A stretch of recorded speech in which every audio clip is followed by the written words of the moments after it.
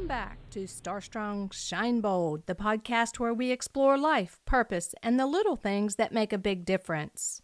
I'm your host, Coach Rebecca, and today we're diving into a truth that can feel heavy, but freeing once you see it for what it is. Some people are holding grudges against you for things they did to you. Let that sink in for a moment.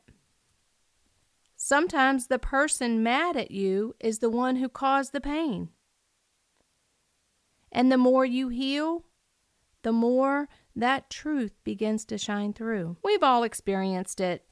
Someone betrays you, lies about you, mistreats you, and yet somehow you become the villain in their story. It's confusing, right? Because you start to replay in your mind thinking, did I do something wrong? Did I deserve that reaction?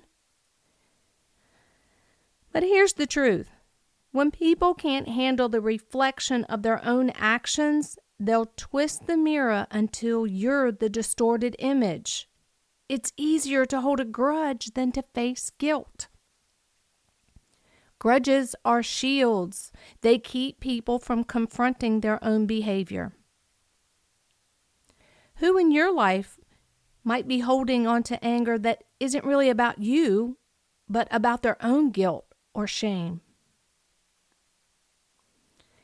When someone holds a grudge against you for something they did, it can feel like being punished twice. First by their action, and then by their silence or bitterness towards you. But I want you to remember, the second punishment only continues if you let it. You can't heal if you're constantly trying to fix someone else's perception of you. Their grudge is their burden, not your homework assignment. Let's call it what it is. Emotional projection. When people feel guilt, embarrassment, or regret, they often transfer those emotions to the one person who reminds them of their failure. You. You become a walking reminder of what they don't want to face. So they label you as difficult or fake or cold. But when in reality, you're just protecting your own peace. Here's the truth I want every listener to write down. Not everything requires my defense. Some things simply reveal themselves with time. Every grudge held against you tells a story more about that person's capacity for accountability than it does about your worth. Let's take a deep breath right here.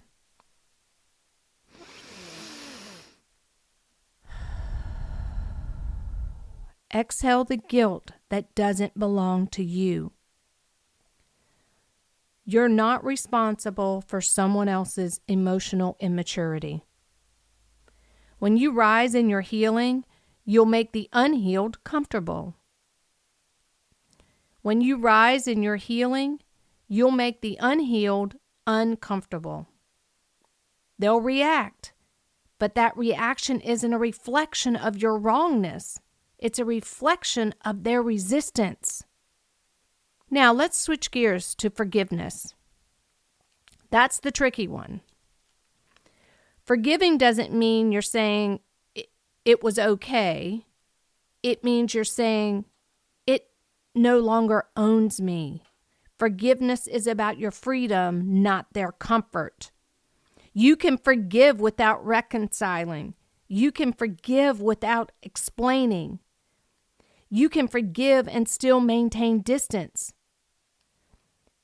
Because peace doesn't always come with a reunion.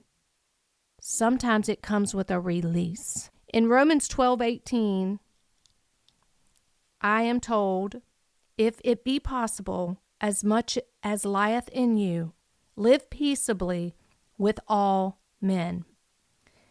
That verse doesn't say you must force peace with everyone. It says as much as lies within you, meaning do your part, but let God handle the rest. So moving forward, here are a few steps that can help reclaim your peace when someone's grudge weighs in on your spirit. You have to name the truth. Say to yourself, they're mad because they didn't want to face what they did. Naming it removes its power. Detach from it emotionally. Don't match their energy. Maintain yours. Guard your peace. Protect your mental and spiritual spaces. Pray or journal instead of reacting. I always say, write down what you wish you could say or want to say. Then tear it up, release it, burn it. And you have to focus on your growth. Keep becoming the healed version of yourself, not the bitter version that they expect. You are not here to carry other people's unhealed stories. It's not your job, not your homework. So if you find yourself being resented for walking away, setting boundaries, or for finally choosing peace, remember this. They're not angry because you changed. They're angry because you stopped letting them hurt you. And that's your victory. Hold your head high. Shine bold. Forgive quietly. And let the light of your peace speak louder than any rumor or resentment. Thank you for listening to Star Strong, Shine Bold. If today's episode spoke to you, would you share it with someone who's walking through their own release and remind them? Sometimes the most courageous act is refusing to carry what doesn't belong to you. Until next time, I'm Coach Rebecca, reminding you to stay star strong and shine bold.